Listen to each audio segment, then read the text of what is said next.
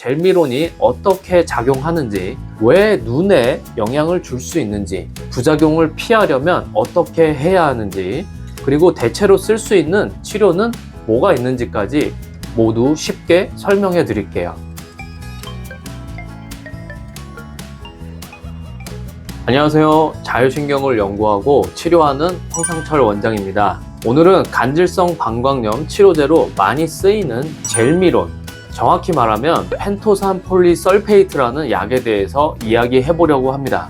혹시 이런 증상 있으신가요? 소변이 자주 마렵고 잔뇨감이 있고, 소변이 차면 아랫배가 묵직하게 아프고 요도가 타는 듯한 통증이 느껴지고, 이런 증상이 계속된다면 단순한 예민함이 아니라 간질성 방광염일 수 있습니다. 그런데 요즘 이 병의 대표 치료제인 젤미론을 둘러싸고 눈에 심각한 부작용이 생길 수 있다는 경고가 나오고 있어서 그게 진짜야?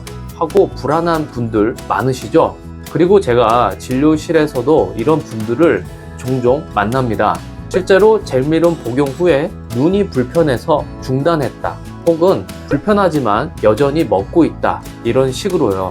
그래서 오늘 영상에서는 젤미론이 어떻게 작용하는지, 왜 눈에 영향을 줄 수 있는지, 부작용을 피하려면 어떻게 해야 하는지, 그리고 대체로 쓸 수 있는 치료는 뭐가 있는지까지 모두 쉽게 설명해 드릴게요.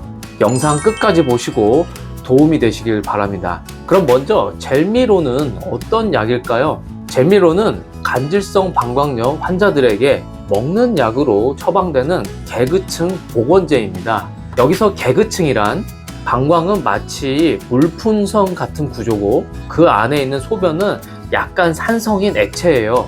그런데 방광벽 안쪽을 미끄러운 젤리막, 계급층이 감싸고 있어서 소변이 방광세포를 직접 자극하지 않도록 보호해줘요. 하지만 간질성 방광염 환자들은 이 계급층이 손상되면서 소변이 방광벽을 직접 자극하고 타는 듯한 통증, 빈뇨, 요의감, 이런 증상들이 생기죠.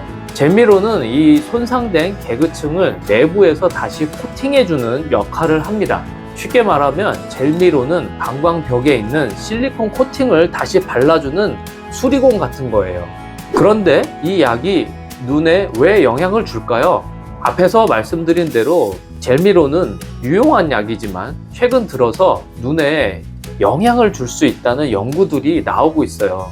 특히 망막에 생기는 PPS 연관 망막병증입니다. 그럼 이게 얼마나 믿을 만한 이야기인지 실제 논문들로 확인해 볼게요. 첫 번째로 미국 사례입니다. 이 연구는 젤미론을 장기 복용한 31명의 환자 총 62개의 눈을 분석한 결과예요. 그 중에서 무려 55%에서 망막 이상 소견이 관찰됐어요. 대표적으로 나타난 변화는 망막 색소 상피의 변성, 맥락막, 신생혈관 형성 등 이 소견들은 노화로 생기는 황반 변성과 비슷하면서도 다른 특징들을 보였고, 결국 PPS가 망막에 특이한 손상을 줄 수 있다는 게 확인된 겁니다. 두 번째로, 이건 국내에서 진행된 연구인데요. 30만 명 규모의 인구 기반 연구입니다. 국민건강보험 빅데이터를 사용해서 PPS를 복용한 사람 10만 3,553명, 복용하지 않은 사람 20만 5,792명을 비교했어요. 결과는 크게 두 가지로 나눠서 볼 수 있습니다. 첫 번째는 단병량 분석, 즉 약을 먹었을 때, 안 먹었을 때의 차이만 분석한 건데요. 망막병증 위험이 1.7배나 상승했고요. 다변량 분석은 나이와 질병을 보정한 수치입니다. 이 경우에서도 1.34배나 더 높은 것을 확인할 수 있었어요. 이렇게 단순한 우연이 아니라 PPS 복용 자체가 눈에 영향을 줄 수 있다는 강력한 근거입니다. 그럼 PPS, 즉 젤미론이 눈에 영향을 주는 이유가 뭘까요?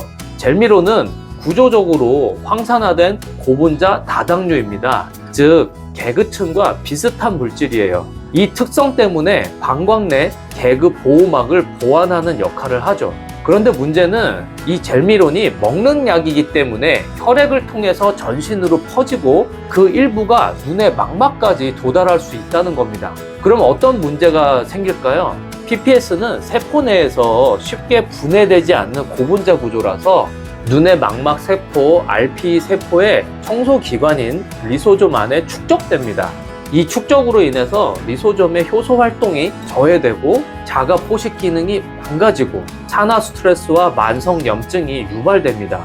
결국에는 기능이 무너지면서 광수용체도 죽게 되고 시야가 흐리거나 야맹증, 시력 저하 같은 시각장애로 이어질 수 있어요.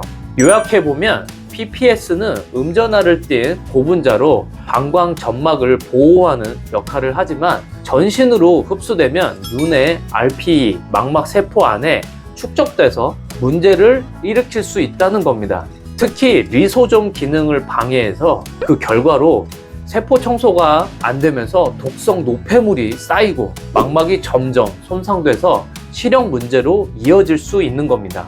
그럼 젤미론을 끊으면 눈이 바로 괜찮아질까요? 이게 핵심 포인트인데요. 연구에 따르면 그렇지 않을 수도 있습니다. 약을 끊어도 망막 손상이 계속될 수 있어요. PPS는 세포 속에 축적돼서 남을 수 있고 산화 스트레스나 대사 장애가 약을 끊은 후에도 계속 진행될 수 있습니다. 실제로 미국 연구에서도 약을 끊은 환자들 중 일부는 증상이 점점 더 악화되는 사례도 있었어요. 그래서 약을 끊더라도 반드시 정기적인 안과 검진이 필요합니다. 그럼 젤미론을 먹었을 때 어떤 눈의 이상 증상이 나타날까요? 첫 번째로 어두운 데서 잘 안 보이는 야맹증이 생길 수 있고요. 두 번째로 갑자기 책을 읽을 때 글자가 흐릿하거나 눈이 피로할 수 있습니다.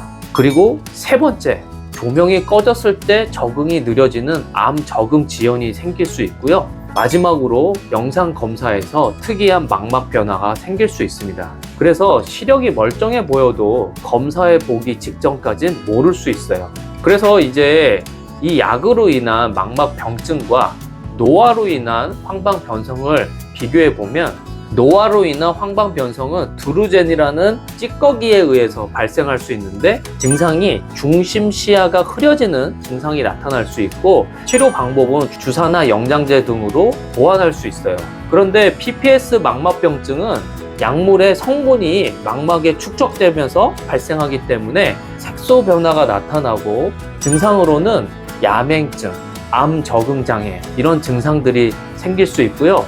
치료 및 관리 방법은 우선 약을 중단하고 경과를 관찰하면서 모니터링 해야 됩니다. 그럼 대체할 수 있는 치료법은 무엇이 있을까요? 젤미론을 꼭 써야만 하는 것은 아닙니다. 요즘은 전신 부작용 걱정 없이 직접 방광에 약물을 넣는 치료법도 있어요. 첫 번째로 이아루릴이 있고요. 두 번째로 베지코트가 있습니다. 둘 다 히알루론산 성분을 직접 방광 내에 주입하는 방법이고요. 차이점은 베지코트는 방광 점막을 회복하면서 항염 작용도 있습니다. 그래서 두 가지 방법 모두 정기적으로 방광 내에 주입하는 방식이라서 부작용은 적고 효과는 나타날 수 있는데요. 직접적인 효과는 개인차가 있을 수 있기 때문에 참고하시기 바랍니다. 자, 이제 핵심만 정리해 볼게요. 젤미론은 방광을 위한 약이지만 눈에 영향을 줄 수 있다는 논문이 여러 편 존재하고 있습니다. 그리고 끊었다고 끝이 아니라 망막 손상이 계속될 수도 있어요.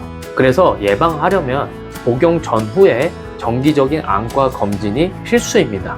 그래서 대체 요법으로는 이아루릴이나 베지코트 같은 방광 내 주입 치료도 있습니다. 여러분, 치료는 단순히 약을 먹느냐 마느냐보다 내 몸의 변화를 빠르게 감지하고 조절하는 것이 더 중요합니다. 그리고 약을 무조건 끊지 않아도 됩니다. 하지만 내 눈에 이상 신호가 느껴진다면 검사하고 전문의와 상의해서 치료 전략을 바꾸는 것, 그게 가장 현명한 방법이에요. 오늘 영상이 도움되셨다면 좋아요와 구독, 궁금한 건 댓글로 남겨주세요. 다음 영상에서 더 유익한 주제로 찾아오겠습니다. 감사합니다.